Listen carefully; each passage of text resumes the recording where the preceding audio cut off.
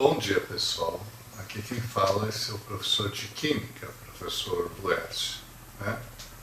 Então, nós vamos retomar os trabalhos. Essa semana, até o final desse bimestre, vai ser uma revisão, né? Uma revisão de Química que vocês tiveram até agora lá no Centro de Mídia.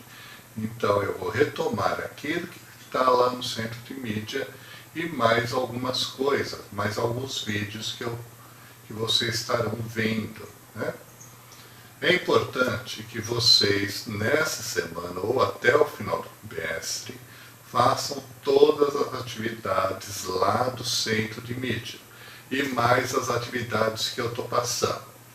Por duas razões. Uma por questão de nota, para vocês terem uma nota no primeiro bimestre, e a outra é pela frequência. Se vocês não entregarem nenhuma atividade, vocês ficarão com falta, né?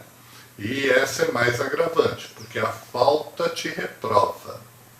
Então vocês têm que ter esse cuidado. Foi atrelado às atividades do Centro de Mídia, mas as atividades com que a gente passa para vocês como frequência. É isso que vai contar como frequência. Então não vão marcar bobeira de não fazer essas atividades. Tá? De repente vocês podem aí estourar em falta e já ter reprovado de ano. Aí não tem mais o que fazer. Então vocês não vão conseguir o certificado de vocês. Lembrem que vocês estão no terceiro ano. Apesar dessa condição remota que nós estamos, né? No momento é isso que se tem para dar para vocês. Não tem outra forma por enquanto. Então vocês do último ano devem prestar atenção nisso. Vocês já estão sendo prejudicados desde o ano passado, tá? Com essa questão da pandemia e essa questão da gente estar aí de uma forma mais remota do que presencialmente, né? Seria mais interessante, desenvolveria melhor o trabalho com vocês, principalmente para quem vai fazer o Enem. Então, a condição que se está hoje, tá, depende muito mais de vocês estudarem, de vocês quererem fazer a coisa. Isso que é importante, vocês têm que querer e fazer, não percam isso, né? Não percam esse laço, principalmente aqueles que querem dar continuidade, querem fazer um vestibular, querem fazer o Enem, né? Querem entrar numa universidade, então tem que batalhar. Vocês estão no último ano, pensam nisso. Qualquer dúvida, vocês entrem em contato comigo no WhatsApp. Fala lá, eu professor, tive dúvida disso, daquilo, tenta e eu vou tentando auxiliar vocês. Mas o importante é que vocês façam, gente. Depende só de vocês e de mais ninguém. Nós estamos aqui à disposição, nós podemos fazer mais do que isso. Se vocês não vierem até nós, tá? Nós estamos indo atrás de vocês, mas não estamos tendo respostas. Então está na hora de vocês responderem. Está na hora de crescer, está na hora de fazer, está na hora de querer. Tá? Não tem mais essa de ficar, vou deixar para amanhã. Terceiro ano não tem como deixar para amanhã. O amanhã para vocês não vão existir. Tá? Então tem que fazer hoje. É para hoje mesmo, é para agora, é nesse movimento que vocês têm que estar. Não larga o corpo, não vai deixar para lá. A não ser que vocês não queiram nada com nada. Aí é outros 500 e escolha de vocês. Tá? Mas a oportunidade aqui estamos dando. Então vocês têm que ir, vocês têm que batalhar. Está na hora de começar a fazer isso e não largar mais o corpo. Tá? A situação já está difícil para vocês e se continuar nesse ritmo vai ficar cada vez mais difícil. Então, gente, vocês têm aí, o emprego não está fácil para ninguém, tá? Essa pandemia diminuiu mais ainda essas oportunidades, a gente não sabe até onde vai dar essa situação, tá? Temos esperança que isso termine logo, mas mesmo que termine logo, ainda tem consequências, tá? E a retomada não vai ser tão imediata assim. Ela é um pouco lenta. Então, você pensa assim, sendo realista, não é sendo pessimista não. é 2023, se a gente conseguir controlar essa pandemia até o final desse ano, então em 2023 nós podemos estar numa situação um pouco mais confortável em termos de emprego, em termos de economia. A economia vai estar um pouco mais estável. Então, vocês têm que pensar tudo nisso. Então é a hora, é o momento de vocês se prepararem. E se prepararem 10 vezes mais do que se tivéssemos numa situação normal. Tá? Então vamos lá, gente. Vamos tentar fazer, vamos lutar, vamos brigar. Ok? Nós estamos aí, qualquer coisa, é só entrar em contato lá no grupo do WhatsApp. Espero vocês então. Né? Façam as atividades, não esqueçam. Ok? Até lá, gente. Até a próxima aula. Estude. Muito bem, galerinha. Hoje a gente começa um outro tópico de química, e aí o tal do equilíbrio químico, né? A grande parte dos alunos detesta essa parte de equilíbrio químico, mas sossegado, não é uma parte tão difícil assim, só tem que tomar um certo cuidado, né? Bom, vamos lá. Primeira coisa é entender que o equilíbrio químico ele vai ser representado dessa maneira aqui, ó. A gente vai colocar uma seta dupla, representando que alguma coisa vai, mas que alguma coisa também volta, né? Esse equilíbrio químico ele é representado por um processo que é dito reversível. Vamos entender bem simples o que é um processo dito reversível. Perceba, aqui nesse meu recipiente eu coloquei um pouco d'água, né? Tá lá, um pouco d'água, tudo bem. Você sabe que ao longo do tempo, né, essa água começa a evaporar. Mas eu não quero que ela vá embora não. Eu coloquei aqui, por exemplo, uma tampa. Tá? Então esse vidro está hermeticamente fechado aí nessa situação. Ah, mas Igor, se você tapou esse seu recipiente aí contendo água, então a água não evapora mais, é isso? Evidentemente que não. Né? Ele tapado, destapado, uma parte da água sim vai evaporar. Né? Mas se você for observando, ela vai evaporar um pouco, esse nível vai diminuir sim, e vai em um certo momento ficar sempre estável, naquela mesma altura, digamos assim. Você pode passar dias observando esse frasco, fazer uma marcação e você vai verificar que nesse caso o nível da água não se altera. Né? Bom, o que está acontecendo nesse sentido? Bom, posso verificar uma coisa, uma parte da água no seu estado líquido vai para o estado vapor, né? Que fica ali nessa parte acima do meu líquido.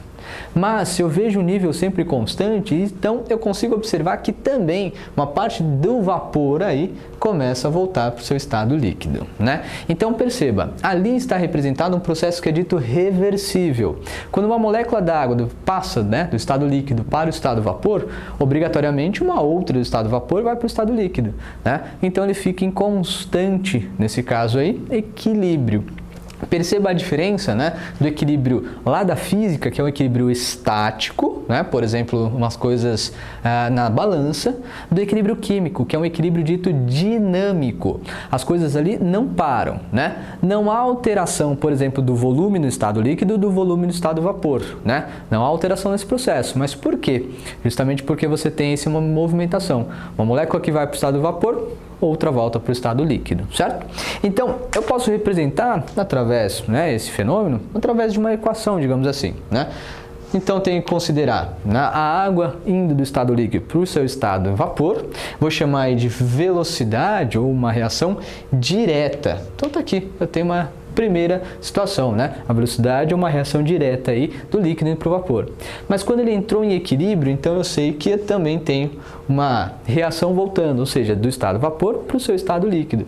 Eu tenho uma reação inversa. Eu posso considerar, nesse caso, a velocidade da reação inversa. Mas, Igor, você está falando de velocidade? Pois é, velocidade foi o tópico anterior que nós estudamos. Então, qualquer coisa, se você não viu ainda, é bom que você verifique um pouquinho antes a cinética química para depois entrar no equilíbrio químico, né? Assim, acredito eu que vai ficar mais simples de você ter o estudo do equilíbrio. Bom, muito bem.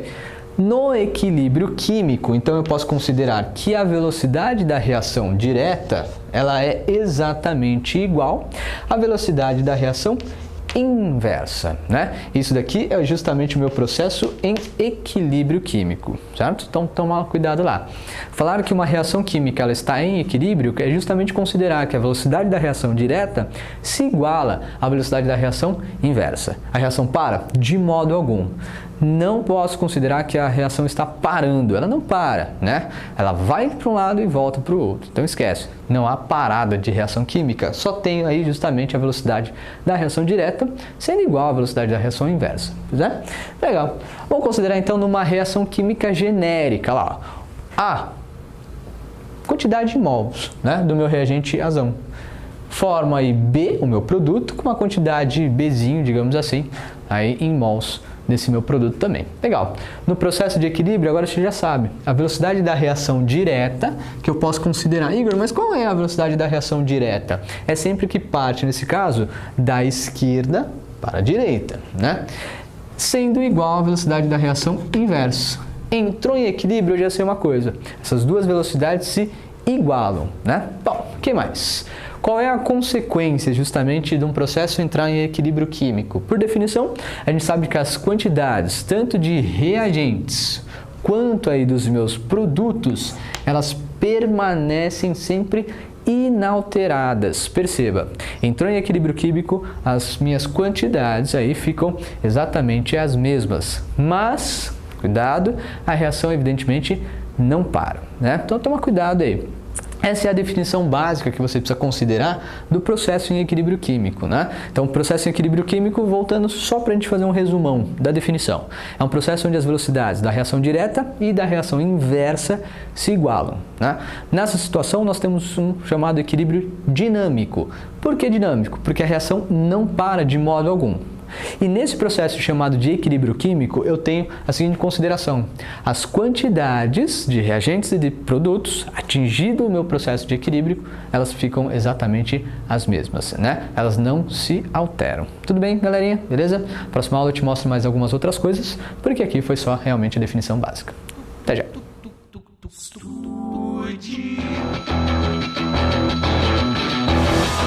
Fala, estudante! Diogo Lopes, mais uma aula de Química. E o tema da nossa aula de hoje é o deslocamento de um equilíbrio químico. Estudante, a aula de hoje é uma aula importante, porque é uma aula de um assunto extremamente cobrado nas avaliações aí fora, vestibular e Enem. Então vamos ficar atento agora, hein? Diogo, que assunto é esse? Deslocamento de um equilíbrio químico. O deslocamento de um equilíbrio químico é cobrado demais e você precisa entender. Só que antes de entender o deslocamento de um equilíbrio, eu vou te apresentar aqui, só para relembrar, o que é um equilíbrio químico. Equilíbrio químico é um sistema onde eu tenho uma reação química que está acontecendo de duas formas. É uma reação onde ela acontece de forma direta, onde os reagentes se transformam em produtos, e de forma inversa, onde os produtos se transformam em reagentes. Só que se o sistema está em equilíbrio, isso quer dizer que a velocidade da reação direta é igual à velocidade da reação inversa. Por isso que eu digo que o sistema está em equilíbrio. E nesse meu exemplo, todos os participantes do equilíbrio estão no estado gasoso e o ΔH do processo é positivo. Tranquilo? Agora, quem estudou o deslocamento de equilíbrio foi um químico denominado Le Chatelier. E existe um princípio que rege o deslocamento de equilíbrio químico que foi exatamente proposto por Le Chatelier, que diz assim: quando você perturba um sistema em equilíbrio. Então, quando eu chego numa reação química em equilíbrio e causa uma perturbação, essa reação ela vai trabalhar contra a sua perturbação. Para que isso, Diogo? Para voltar ao estado de equilíbrio. Só que agora ele busca uma nova situação de equilíbrio, porque ele saiu da situação em que ele estava. Então é nesse sentido que o sistema em equilíbrio trabalha quando ele é perturbado. O sistema foi perturbado, ele vai trabalhar para voltar a estar em equilíbrio. E quem descobriu isso foi o Le Chatelier. Mas, Diogo, quais são as formas de perturbar um equilíbrio? Essas são as três formas de se perturbar um equilíbrio. Concentração, que é a quantidade em mol por litro dos participantes da reação, temperatura, mudança de temperatura e mudança na pressão. Então esses são os fatores que eu posso utilizar para perturbar um equilíbrio químico. E nós vamos estudar agora um por um. Primeiro deles, vamos estudar a influência da concentração neste equilíbrio químico que está no quadro. Aqui eu tenho participante nitrogênio, hidrogênio e amônia. O que acontece quando eu modifico a concentração de um desses participantes? Só que a influência da concentração, ela pode acontecer de duas formas. Ou eu aumento a concentração de um dos participantes, ou eu diminuo a concentração de um dos participantes. É assim que funciona. Digamos que eu escolhi aumentar a concentração do hidrogênio. Se eu aumentei a concentração do hidrogênio, perturbei o equilíbrio. Se eu perturbei o equilíbrio, vai trabalhar para voltar à situação de equilíbrio. Mas como será esse trabalho? Sempre que eu aumentar a concentração de um participante, o equilíbrio sempre será, aí é onde entra o tema da nossa aula. O equilíbrio será deslocado. Ou seja, uma das reações vai prevalecer para voltar à situação de equilíbrio. Então, se eu aumentei o hidrogênio que está à esquerda da reação, a reação ela vai ser deslocada sempre para o lado contrário. Então, nesse caso, para a direita. Diogo, repete, por favor. Então, bem rápido e a repetição bem simples. Aumentei a concentração de um lado, o equilíbrio desloca para o outro. Se eu tivesse aumentado o NH3, o equilíbrio deslocaria para a esquerda. Se eu aumentar o N2, o equilíbrio desloca para a direita, assim como foi com H2. Agora, vamos supor que ao invés de aumentar, eu vou diminuir. E eu quero diminuir a concentração do NH3. Então agora eu estou reduzindo a concentração. Como é que funciona? Quando eu aumento a concentração, de um lado desloco para o outro. Quando a gente diminui a concentração do participante, o equilíbrio agora ele vai ser deslocado sempre para o lado do participante reduzido. Quem eu reduzi? O NH3. Então, se eu reduzir o NH3, o equilíbrio vai ser deslocado para o lado dele. Então, diminuindo a concentração, desloca sempre para o lado do participante reduzido. Então, o equilíbrio, nesse caso, vai ser deslocado para a direita. Então, essa é a avaliação que eu faço quanto à influência da concentração. O outro fator que pode deslocar o equilíbrio é a temperatura. Para avaliar isso, é interessantíssimo ter o ΔH em mãos. O que o ΔH diz? O ΔH diz o que a nossa reação direta é. Se o ΔH é negativo, negativo tem a ver com exotérmico. Então a reação direta é exotérmica. Se a direta é exotérmica, a inversa é o inverso, ou seja, endotérmica. Mas quem manda nisso é o ΔH. Se o ΔH fosse positivo, a direta seria endo e a inversa seria exo. Então, tudo depende do ΔH. Então, quando eu avalio a temperatura, segue o princípio da concentração. Ou eu aumento a temperatura, ou eu diminuo a temperatura da minha reação, do meu sistema. Como é que funciona, Diogo? Se você aumentar a temperatura, você sempre desloca, então eu vou escrever, ó, você sempre desloca endo. Isso se você aumentar a temperatura. Então, nesse meu exemplo aqui, se eu aumentar a temperatura, eu vou deslocar para a esquerda, no sentido inverso. Se eu diminuo a temperatura, diminuiu a temperatura, você vai deslocar sempre no sentido exo. Então, no meu exemplo, se eu diminuir a temperatura, o equilíbrio ele vai ser deslocado para a direita, que é o sentido exo. Então essa é a avaliação que eu faço com relação à influência da temperatura. E o último critério que pode deslocar um equilíbrio é a pressão. Só que para avaliar a pressão, de novo, a gente segue o mesmo padrão dos anteriores. Ou eu aumento ou eu diminuo. Só que aqui agora você precisa ficar atento para um detalhe importantíssimo. Pressão tem uma intensa relação com volume. O que eu quero dizer com isso? Se você aumenta a pressão, isso tem relação com volume menor. Se você diminui pressão, você tem relação com volume maior. Ou seja, volume e pressão são inversamente proporcionais. Então eu tenho que lembrar disso para estudar o deslocamento na hora da pressão, da influência da pressão. Aí você fala, Diogo, mas como é que eu vou avaliar volume no meu sistema em equilíbrio? É aí que está o destaque em azul, o balanceamento. Os coeficientes estequiométricos te mostram volume. Isso quer dizer que aqui no produto, ó, eu tenho 2 volumes, porque o coeficiente é 2.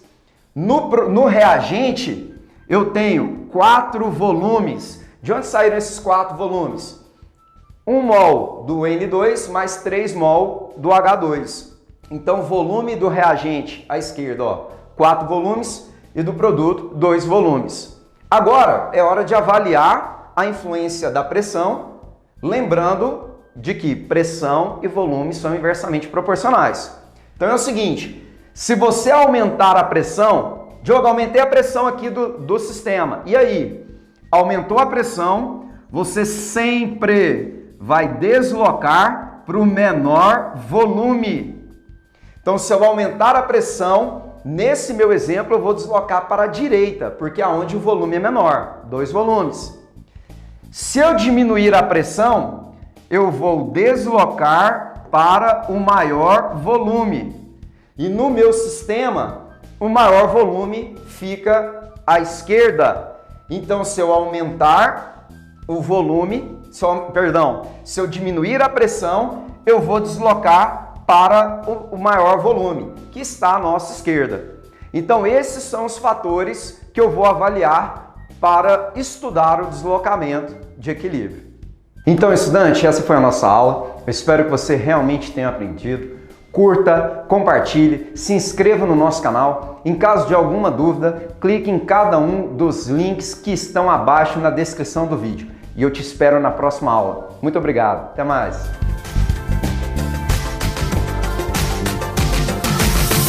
Fala galera, beleza? Eu sou o Pietro, sou professor de Química da Oficina do Estudante e hoje eu vim aqui para a gente bater um papo sobre equilíbrio químico, que na verdade é o final do processo daquele rolê da aula passada, que falava sobre cinética e velocidade de reação. Então, lembra que em algum momento da aula a gente aprendeu a escrever a expressão da velocidade da reação, quando uma reação era elementar, quando não era e tudo mais. Lembrou? Beleza? Não? Ficou com dúvida? Dá uma olhada aqui então nesse link que ele volta lá para a aula automaticamente. Bom, vamos lá. O que é uma situação de equilíbrio? É quando a velocidade da reação de ida é igual à velocidade da reação de volta. Mas como assim velocidade de ida e volta? Bom, no primeiro momento eu posso pensar que A reage com B para produzir C e D. E esses numerinhos minúsculos em laranja são os coeficientes estequiométricos. Bom, mas também não posso pensar que C reage com D e volta a fazer A e B? Super pode, tanto é que acontece. E aí a ideia é mais ou menos essa. Tem 2 reações acontecendo. A de A e B como reagentes e a de C e D como produtos. Quando A e B é reagente, eu estou pensando nessa seta. Quando C e D é reagente, eu estou pensando nessa seta, de volta. A gente chama essa reação de reação direta e essa reação de reação inversa. Beleza? Sabendo que a velocidade 1 da velocidade direta é dada por uma constante K1 vezes a concentração do reagente A elevado a esse Azinho, que é o coeficiente estequiométrico, vezes o B elevado ao Bzinho, essa é a expressão da velocidade da reação direta. A inversa é exatamente a mesma coisa, só que considerando C e D como os reagentes. Então, é um outro K diferente, que eu chamei de K-1, que é a concentração de C elevado a Czinho, vezes D elevado a Dzinho. O que é, no final das contas, a situação de equilíbrio? É a situação quando V1 é igual ao V-1. Só. Equilíbrio químico significa a situação onde o V1 é igual ao V-1. Beleza? E aí tem umas diquinhas para você de equilíbrio químico. Por exemplo, cara, se você tem um sistema em equilíbrio químico, todas as espécies que estão lá dentro coexistem dentro do sistema. Só toma cuidado que se for gasoso, o sistema precisa estar fechado. Para sistemas que são aquosos, aí tudo bem se ele estiver aberto, desde que não envolva nenhum tipo de gás. Bom, a ideia é que se você tem uma reação dessa, o V1 e o V-1 são iguais, e aí eu posso substituir o V1 por quanto ele vale e o V-1 por quanto ele vale, ainda na igualdade. E aí eu vou fazer uma manipulação algébrica. Eu vou pegar as concentrações que eu fiz em preto e passar para lá dividindo. E o K passar para cá dividindo. No final do processo eu tenho K1 dividido por K-1.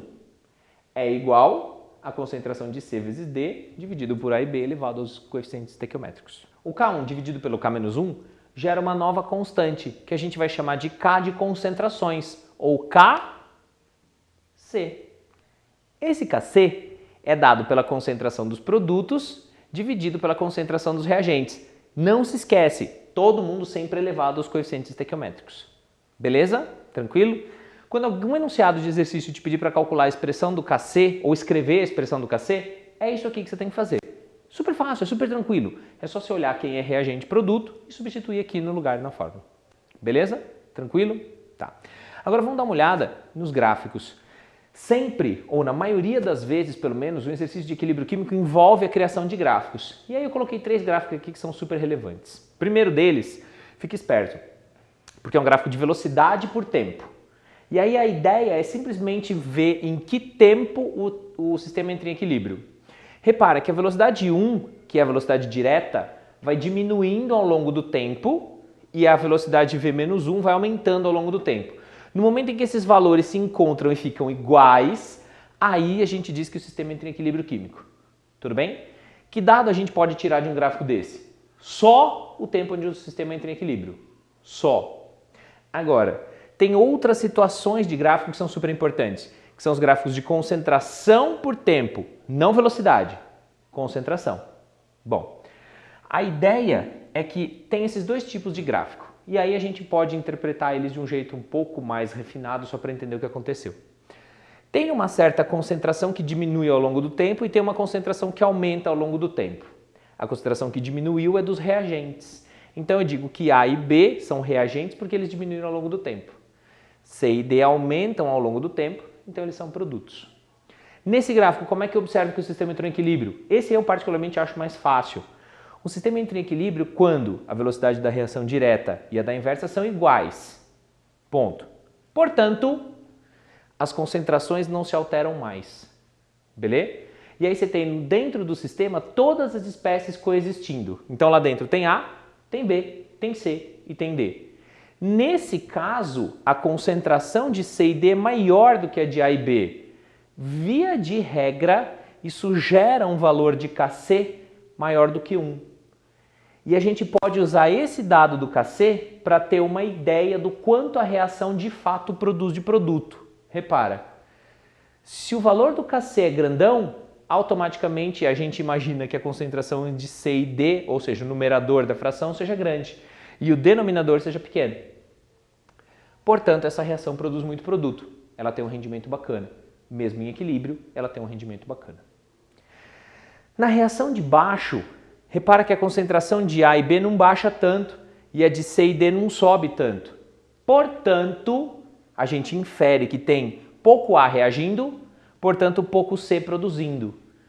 Como o KC é dado pela concentração de C e D dividido pelo A e B, agora o numerador é pequeno e o denominador é grande. Então, espera-se que esse valor seja muito menor do que 1. Beleza? Tranquilo? Sem problemas? Tem um detalhinho que geralmente o pessoal tropeça. Nesse ponto de intersecção das curvas, geralmente algum exercício vai tentar te ludibriar, fazendo você crer que ali é o sistema de equilíbrio. Cara, pelo amor de Deus, esse tempo serve simplesmente para dizer que as concentrações são iguais. Ah, então eu posso pensar que substituindo os valores do KC vai dar 1? Claro que não. Você não pode falar nada sobre equilíbrio químico antes do sistema entrar em equilíbrio químico. Então, a partir do momento que ele está em equilíbrio, isso vale. Fora isso, não se pode afirmar nada sobre o sistema, beleza? Então, daqui para trás do gráfico, não te importa o que aconteça, é só daqui para frente. Isso vale para esse gráfico e para esse gráfico. Beleza? Tranquilo? Numa boa? Então tá bom. Dica número 1 sobre equilíbrio químico. Sempre, todas as espécies no equilíbrio coexistem. Beleza? Dica 2. Se por acaso, de repente, assim, você tem dois valores de Kc para uma mesma reação diferentes, o Kc maior implica que tem mais produto. Beleza? Tranquilo? Mas como que eu posso ter dois valores de Kc diferentes para uma mesma reação, se o K é uma constante e subentende-se que uma constante é constante? Então, na verdade, essa constante varia desde que varia a temperatura. Vamos dizendo em outras palavras. A constante Kc é constante, vírgula, caso a temperatura não mude, porque se ela mudar, a constante varia também. Então, no final das contas, o K depende da temperatura sim. Então, para uma mesma reação, eu posso ter vários valores de K, porque eu posso ter várias temperaturas diferentes. Beleza? Cara, se você tiver um equilíbrio em termos de pressões, você também pode pensar numa expressão, que é a tal da expressão do Kp, que é a constante de equilíbrio, mas não em termos de concentração tipo Kc, é em termos de pressões parciais dos reagentes e produtos. Nesse caso, ao invés de pensar em concentração de A, de B, de C e de D, a gente vai pensar na pressão parcial dos produtos, elevado aos coeficientes estequiométricos, dividido pela pressão parcial dos reagentes, elevado aos coeficientes estequiométricos. Beleza? Esse K tem um nome diferente, ele não chama Kc, ele chama Kp, por conta de ser da pressão parcial. Tudo bem? Tranquilo? O Kc e o Kp não têm o mesmo valor, necessariamente. Pode ser que tenha, pode ser que não tenha. De maneira geral, essa expressão é sempre muito bem-vinda caso o enunciado peça. Então, via de regra, o cara vai te pedir uma expressão do Kc ou uma expressão do Kp. Beleza? Vamos dar uma olhada num exemplo que é super recorrente em vestibulares, que é super típico e tranquilo de fazer. Que é, vamos supor que de repente assim eu tenho um sistema, nesse caso um recipiente que tem N2, H2 e amônia, e aí está todo mundo em equilíbrio através dessa reação, que diz que 1 mol de nitrogênio reage com 3 mols de hidrogênio, em equilíbrio formando 2 mols de amônia. Beleza? Como esse sistema é gasoso, e eu posso lê-lo como um sistema gasoso ou como um sistema que está dentro de um recipiente, portanto tem uma quantidade de mols num certo volume, eu posso, por exemplo, pensar em termos do Kc e escrever a expressão. Para essa reação fica concentração dos produtos, que na verdade é só amônia, elevado ao expoente, que é quadrado, dividido pela concentração dos reagentes, nitrogênio e hidrogênio, elevado a 1 e elevado ao cubo, respectivamente. Beleza? Geralmente isso é item A de exercício de segunda fase. Ele pede para você escrever a expressão da constante de equilíbrio e aí depois ele te dá uns dados para substituir e achar depois o valor do Kc no item B. Mas pode ser que ele faça isso em termos da pressão parcial e aí a gente não calcula o Kc, a gente calcula o Kp. O Kp para essa expressão é dado pela pressão parcial de amônia elevado ao quadrado, dividido pela pressão parcial de N2 vezes a pressão parcial de H2 elevado a 1 e elevado ao cubo, respectivamente. Então acaba que no final das contas, a lógica das duas expressões é muito parecida, de maneira que, se ele falar de concentração, a gente faz o Kc. Se ele falar de pressão, ou se ele pedir pressão, a gente faz o Kp. Beleza? Tranquilo? Numa boa? Ficou com alguma dúvida? Quer perguntar alguma coisa? Escreve aí. Tem um easter egg nesse vídeo. Tenta assistir ele de novo e achar qual que é. Se você achar, escreve nos comentários e conta pra gente. Se inscreva no canal. Se gostou, dá um like. Até a próxima. Um abraço.